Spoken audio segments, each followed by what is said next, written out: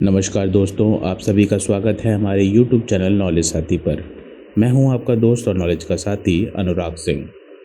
दोस्तों, आज मैं आपके समक्ष अपने advance cardio life support system American heart association के 2020 गाइडलाइन के हिसाब से पार्ट 2 सीरीज़ को लेकर आया हूं।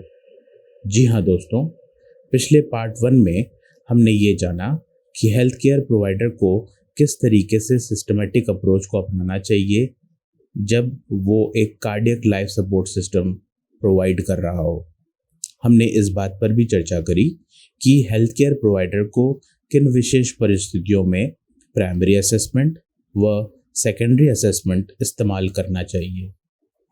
आइए दोस्तों, आज हम पार्ट 2 के इस सीरीज़ में ये जानेंगे कि किस तरीके से हेल्थ केयर प्रोवाइडर को कौन कौन सी वो कंडीशन है कार्डियक की जिसमें उसको प्रिवेंटिव मेजर्स को इस्तेमाल करना चाहिए व उन्हें पहचानना चाहिए।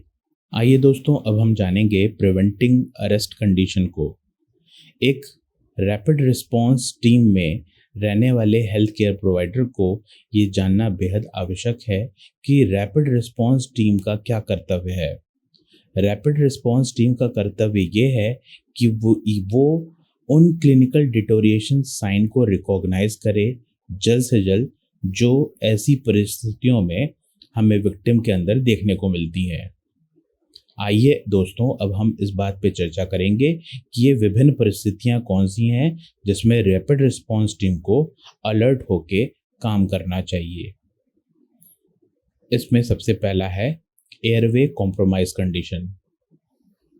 एयरवे कॉम्प्रोमाइज कंडीशन हमें इस बात का अंदेशा देती है कि विक्टिम एयरवे कॉम्प्रोमाइज कंडीशन में है और ऐसी कंडीशन में हमें उसको असेस करना चाहिए कि ये कॉम्प्रोमाइज कंडीशन किस वजह से उत्पन्न हुई है।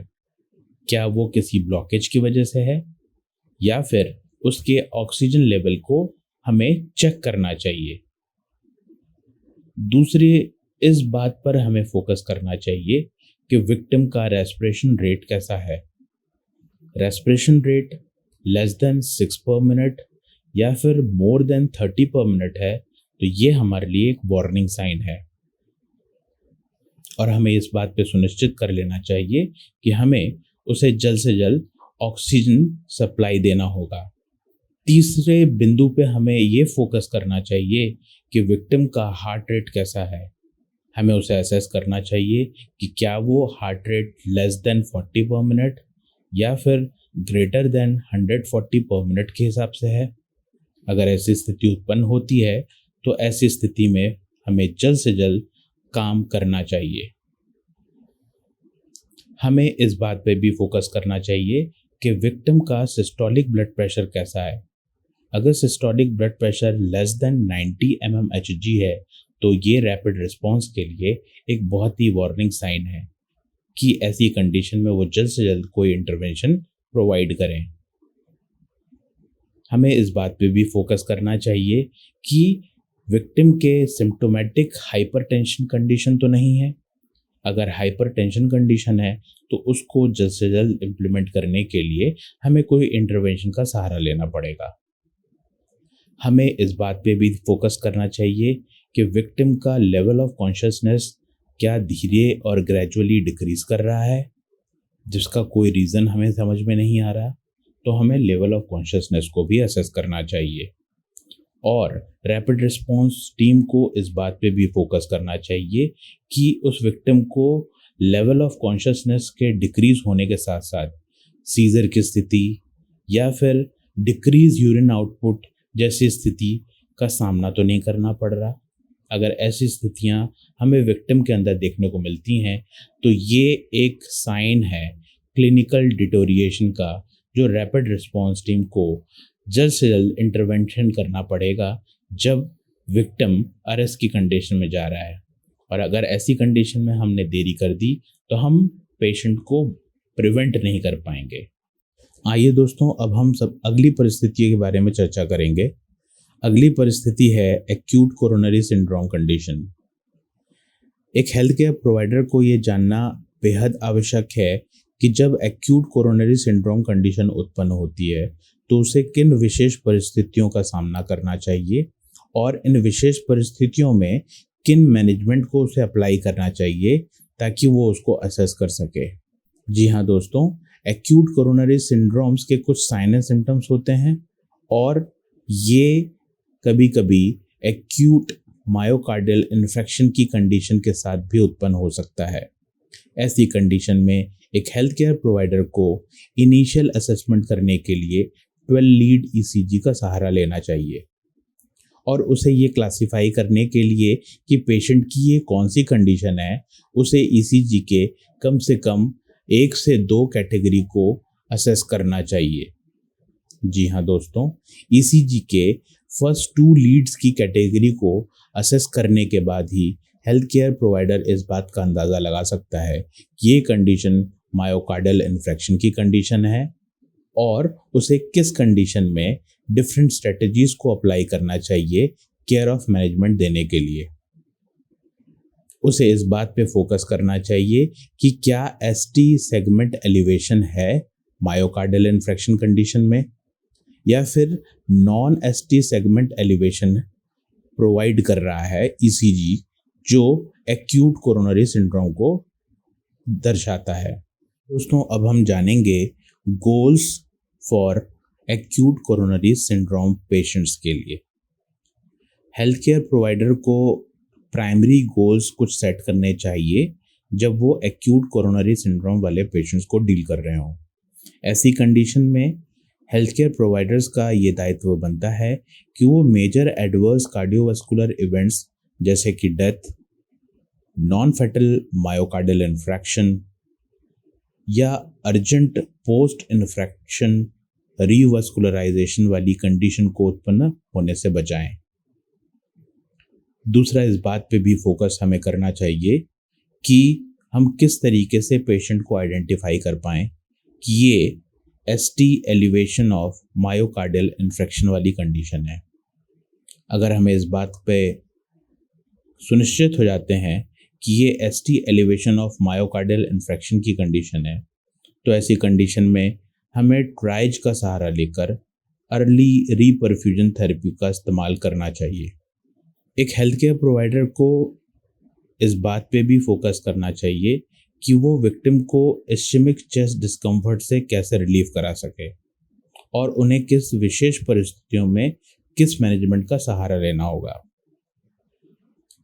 उसे इस बात पे भी फोकस करना चाहिए कि उसे किस तरीके से ट्रीटमेंट दे सके जब विक्टिम एक्यूट स्टेज में हो या life threatening complication of coronary syndrome से जूझ रहा हो, जैसे कि वेंट्रिकुलर फिब्रिलेशन या पल्सलेस वेंट्रिकुलर टैकीकार्डिया कंडीशन।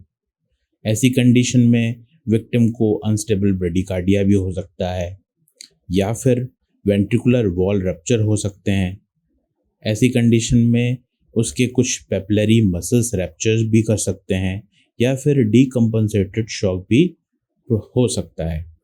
ऐसी कंडीशन में विक्टिम को संभालने या उसके टैकीकार्डिया अनस्टेबल कंडीशन को संभालने के लिए हेल्थ केयर प्रोवाइडर को कुछ विशेष मैनेजमेंट का इस्तेमाल करना चाहिए। आइए दोस्तों, अब हम एक्यूट कोरोनरी सिंड्रोम के कुछ विशेष सिम्टम्स के बारे में चर्चा करेंगे। एक्यूट कोरोनरी सिंड्रोम के कंडीशन में विक्टिम कुछ विशेष सिम्टम्स को दर्शाता है, जैसे कि uncomfortableness, pressure, fullness or squeezing in the chest of center, chest discomfort, spreading pain to the shoulder, neck or one or both arms or jaw, lightheadedness, dizziness or vomiting। आइए दोस्तों, अब हम एक्यूट कोरोनरी सिंड्रोम के management के बारे में चर्चा करेंगे। एक हेल्थ केयर प्रोवाइडर को एक्यूट कोरोनरी सिंड्रोम की सिम्टम्स को समझने के बाद सबसे पहला दायित्व उसका ये बनता है कि वो असेस एबीसी पैटर्न में करे, जैसे कि एयरवे, ब्रीदिंग और सर्कुलेशन को असेस करके वो ये सुनिश्चित करे कि ये कंडीशन सीपीआर और डिफिब्रिलेशन देने की कंडीशन है या नहीं। दूसरा, उसे इस बात की सुनिश्चितता भी करनी चाहिए कि विक्टिम को कब हमें ऑक्सीजन देना है और कब हमें कुछ ड्रग्स का सहारा लेना है, जैसे कि एस्पिरिन, जो कि 162 से 325 mg की हो सकती है। तीसरा, हमें ये सुनिश्चित करना चाहिए कि ऑक्सीजन सैचुरेशन अगर लेस देन 90% है तो हमें ऑक्सीजन 4 लीटर पर मिनट के हिसाब से उसे तुरंत देना चाहिए।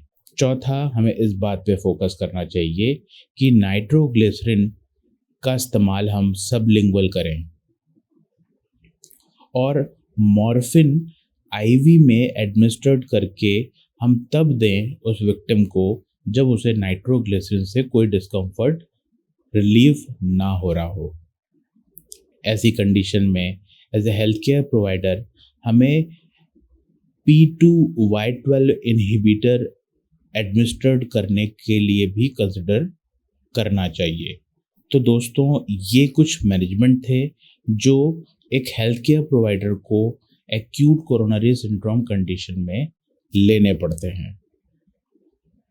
ये दोस्तों, अब हम जानेंगे कि एक्यूट कोरोनरी सिंड्रोम को मैनेज करने के लिए हेल्थ केयर प्रोवाइडर को किन विशेष स्टेप्स का सहारा लेना चाहिए। सबसे पहला स्टेप जो हेल्थ केयर प्रोवाइडर को करना चाहिए वो है असेसमेंट। उसमें हेल्थ केयर प्रोवाइडर को ABC को फॉलो करते हुए असेस करना चाहिए और विक्टिम के एयरवे, ब्रीदिंग और सर्कुलेशन को असेस करके ये सुनिश्चित करना चाहिए कि ये कंडीशन CPR की कंडीशन है कि नहीं। अगर ये कंडीशन CPR की है तो हेल्थ केयर प्रोवाइडर को तुरंत प्रिपेयर रहना चाहिए कि वो CPR और डिफिब्रिलेशन का इस्तेमाल कर सके। दूसरा, इस बात पे हमें फोकस करना चाहिए कि हम तैयार रहें कि एडमिनिस्ट्रेट करना कब है कुछ पर्टिकुलर ड्रग्स को, जैसे कि एस्पिरिन, नाइट्रोग्लिसरिन और मॉर्फिन। हेल्थ केयर प्रोवाइडर को इस बात के लिए भी सुनिश्चित हो जाना चाहिए कि विक्टिम को किन विशेष परिस्थिति में उसे ऑक्सीजन का इस्तेमाल करना होगा। उसे 12 लीड ECG का सहारा लेकर इस बात के लिए भी सुनिश्चित करना चाहिए कि उस विक्टिम का ST एलिवेशन है या नहीं। अगर ऐसी कंडीशन उत्पन्न होती है तो उसे तुरंत नियर बाय हॉस्पिटल में इन्फॉर्म कर स्टेमी यानी ST elevation of myocardial infection team को तैयार रहने के लिए इन्फॉर्म करना होगा। आशा करता हूँ दोस्तों आपको हमारा ये वीडियो पसंद आया होगा। अगर आपको हमारा ये वीडियो पसंद आया तो इसको ज़्यादा से ज़्यादा लाइक करें, अपने दोस्तों में शेयर करना ना भूलें और हमारे advance cardio life support system के आने वाले सीरीज़ पार्ट्स को देखने के लिए नॉलेज साथी के बेल आइकन को दबाना ना भूलें। मैं हूं आपका दोस्त अनुराग। धन्यवाद।